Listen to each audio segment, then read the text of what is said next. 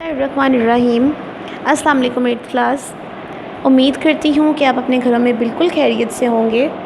So before wasting any time, as you all know that we have started our lesson number 1। हम अपना lesson number 1 start करके complete भी कर चुके हैं।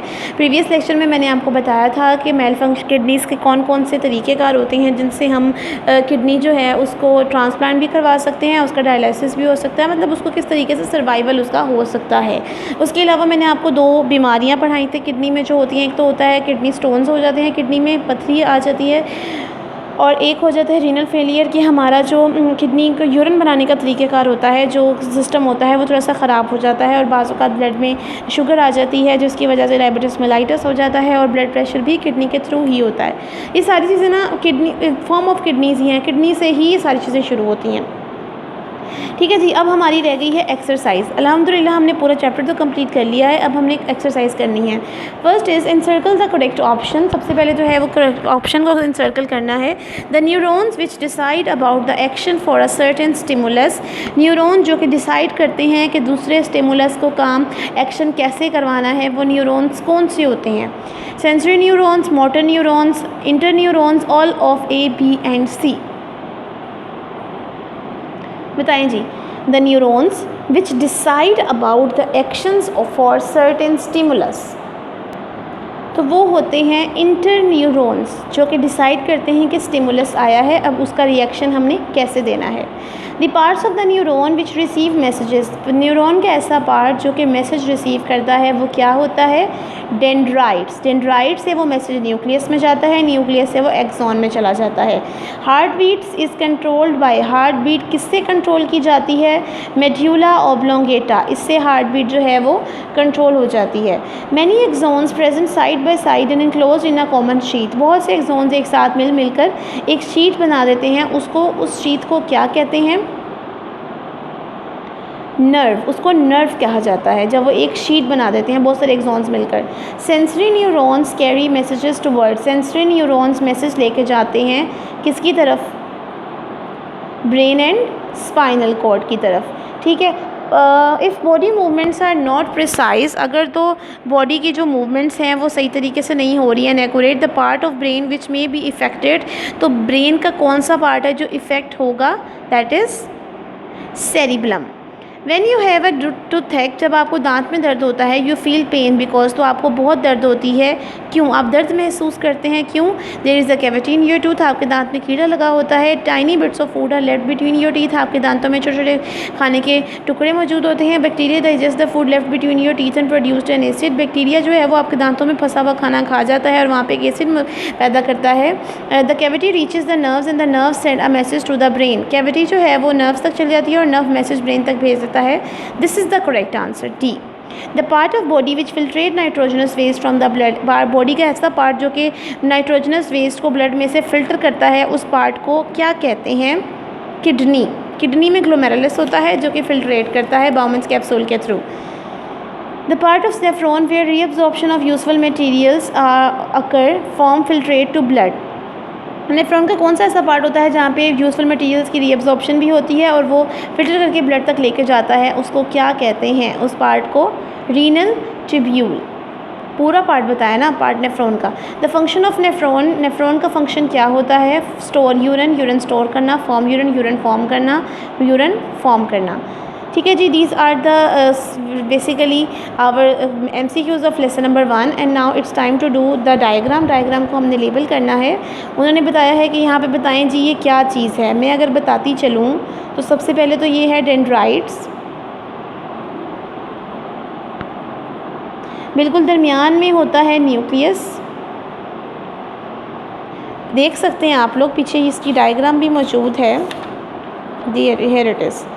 ये है डेंड्राइट, देख रहे हैं ये डेंड्राइट्स था, ये दरमियान में बिल्कुल न्यूक्लियस है। ठीक है। इसको कह देंगे हम सेल बॉडी। Cell body. और ये जो एट द एंड जो आपको नज़र आ रहे हैं वो हमारे पास होते हैं टर्मिनल एंड्स।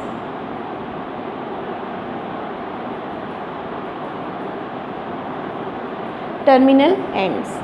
अच्छा, अगर मैं बताऊं कि ये डायग्राम किसकी है तो वो है नर्व सेल, या फिर इसको एक और नाम दिया गया था न्यूरॉन। ठीक है जी, देख लें।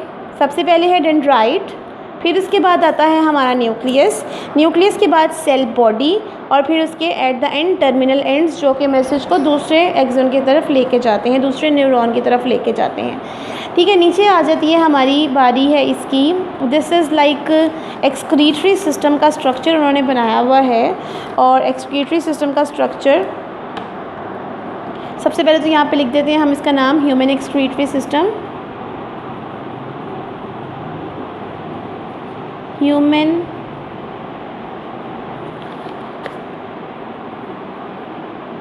Excretory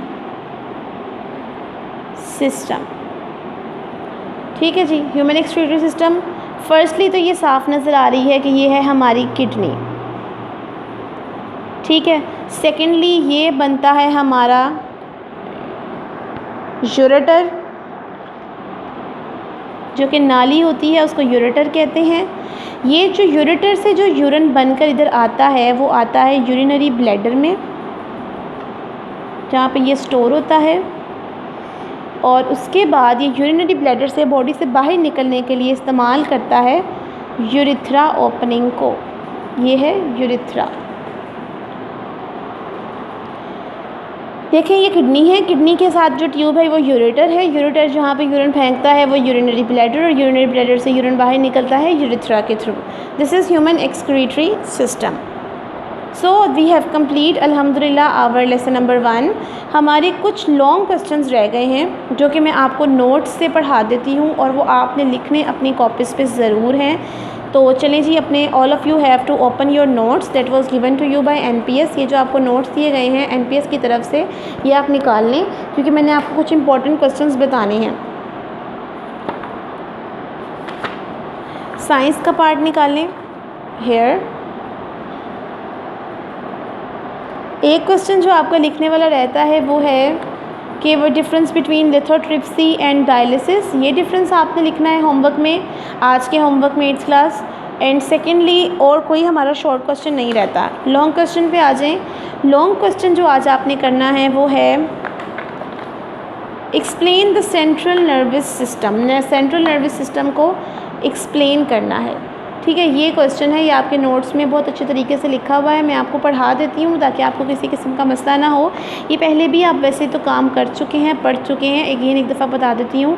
central nervous system, CNS act as a control centre of the whole nervous system. CNS जो है वो बेसिकली पूरे नर्वस सिस्टम का एक कंट्रोल सेंटर है जहाँ पर सारा काम होता है। अच्छा, इसमें चीज़ें कौन कौन सी आती हैं? एक आता है ब्रेन और एक आता है स्पाइनल कॉर्ड। ब्रेन जो है वो एडल्ट ब्रेन जो होता है वो अबाउट 1.5 kg, एक इंसान का, ह्यूमन मैन का जो ब्रेन है वो 1.5 kg का होता है। क्रैनियम, ह्यूमन ब्रेन के enclose in a bony skull called cranium. जो उसकी स्कल की जो ऊपर जो एक हड्डी होती है उसको क्रैनियम कहते हैं। ब्रेन के पार्ट्स, 3 तरह के ब्रेन के पार्ट्स हैं, एक है फोर ब्रेन, एक है मिड ब्रेन और एक है हाइंड ब्रेन। इसके आहिस्ता आहिस्ता काम करते चले जाते हैं। Fore brain is the largest part of the brain, जिसमें फोर ब्रेन के पार्ट्स आ जाते हैं सेरिब्रम, थैलेमस, हाइपोथैलेमस। उसके बाद सेरिब्रम की डेफिनेशन है, it is the top most and large part of the brain. It is divided into right and left cerebral hemisphere. इसका function है, it controls many actions like thinking, feeling, emotion, seeing, hearing, perception, memory, speech, decision making. ठीक है जी। Next, thalamus. Inside cerebrum there is a small structure called thalamus. It controls many sensory functions, ये बहुत sensory functions को control करता है। फिर hypothalamus, it lies at the base of the thalamus. ये बेस थैलेमस के बिल्कुल बेस पे होता है। इसका फंक्शन है कि कंट्रोल करता है बॉडी के टेम्परेचर को, आपकी भूख को और प्यास को। ठीक है, मिड ब्रेन पे आ जाए। Second part of the brain है, it is a small part of the brain which is present below the cerebrum. Cerebrum के नीचे होता है, और सेरिब्रम के नीचे होता है। और it receives information from the sense organs, और ये सेंस ऑर्गन से इन्फॉर्मेशन रिसीव करके उसको उसकी सही जगह पर लेकर जाता है, pass the appropriate part of the forebrain, forebrain के सही पार्ट पे चला जाता है लेकर। उसके बाद बारी आती है हाइंड ब्रेन की। हाइंड ब्रेन बेसिकली 3 पार्ट्स पे कंसिस्ट होता है, जिसमें है cerebellum, pons medulla oblongata. Cerebellum जो है वो सेरिबेलम के बिल्कुल पीछे मौजूद होता है, under the back part of the cerebellum, act as the controller for maintaining the body balance, body का बैलेंस कंट्रोल करता है और एक्यूरेट मूवमेंट्स और प्रिसाइज मूवमेंट्स को शो करवाता है।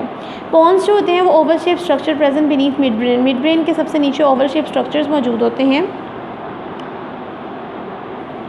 लाइक अगर ये डायग्राम आप देख रहे हैं तो ये ओवल शेप स्ट्रक्चर है, पोन्स है, ये मिड ब्रेन है, स्टार्ट हो रहा है यहाँ से और इसके नीचे ही मेड्यूला होगा, मेड्यूला ऑब्लोंगेटा।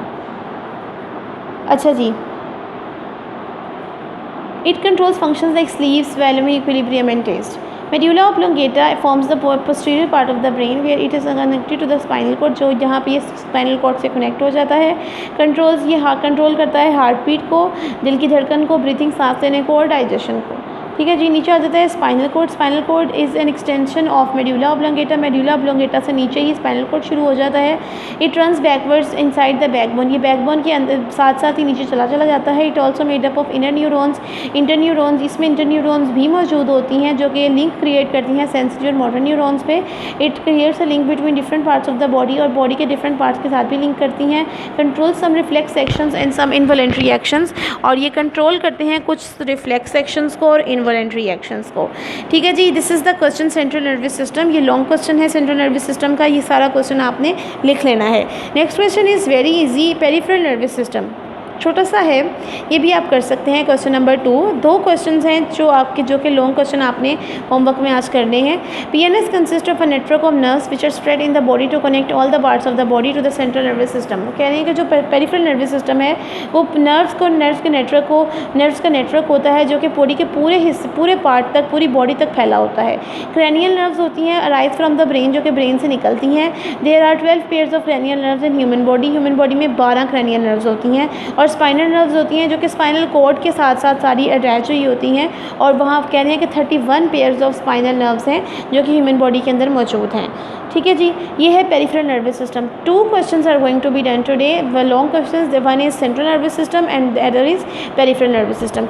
ये दोनों क्वेश्चंस आपने बहुत अच्छे तरीके से अपनी कॉपीज़ पे लिख लेने हैं, क्योंकि अगर आप फर्स्ट टर्म का काम अभी नहीं करेंगे तो बेटा जी आगे जाके भी आपसे नहीं होगा।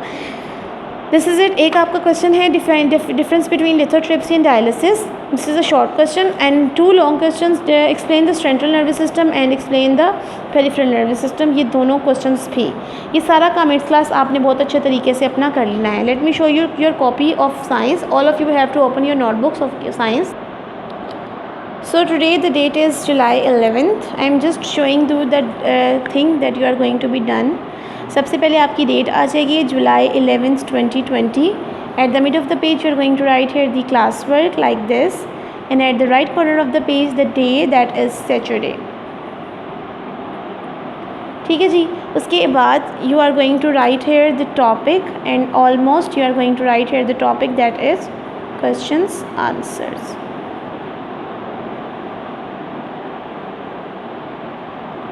मैं आपको दोबारा बताती चलूँ, आपने जो क्वेश्चन नंबर करना है कि सेंट्रल नर्वस सिस्टम का, उसमें आपने ब्रेन की डायग्राम ज़रूर बनानी है। जैसे कि क्वेश्चन नंबर, इसका लास्ट क्वेश्चन नंबर 11 रह गया था, डिफ्रेंशिएट बिटवीन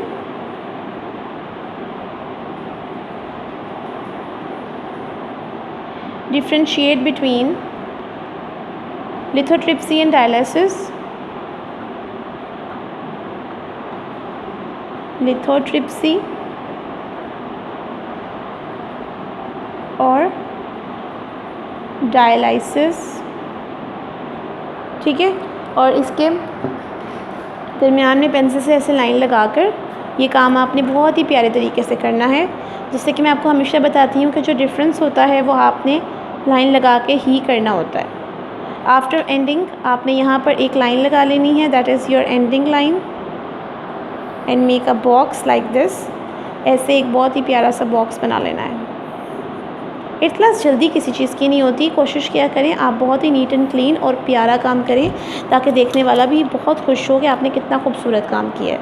ठीक है जी, आफ्टर दैट लॉन्ग क्वेश्चन हमने स्टार्ट करने हैं, तो आप यहाँ पे हेडिंग दे देंगे लॉन्ग क्वेश्चंस की।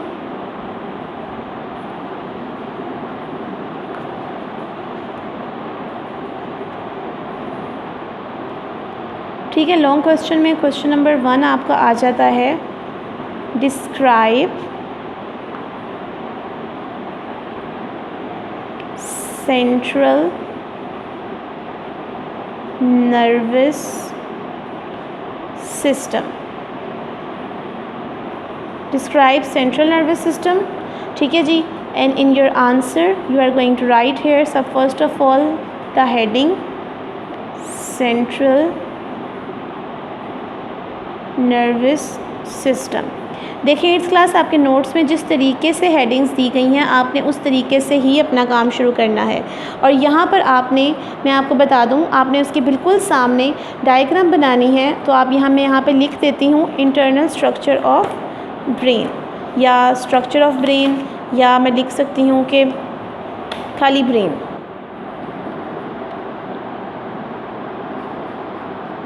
Structure of brain. Structure of brain like this. यहाँ पे आपने ब्रेन का स्ट्रक्चर बना लेना है. So 8th class this is it. We have done our today's work. आज का काम हम कंप्लीट कर चुके हैं. हम इंशाल्लाह ताला दुआ करती हूँ कि आपको आज का काम अच्छे तरीके से समझ आ गया होगा. अगर किसी किस्म का भी मसला होता है आप मुझे स्कूल के नंबर पे कॉल करके भी पूछ सकते हैं. चलिए जी, नेक्स्ट लेक्चर में आपसे इंशाल्लाह ताला मुलाकात होगी. अपना बहुत ख्याल रखिएगा. तब तक के लिए अल्लाह हाफ़िज़.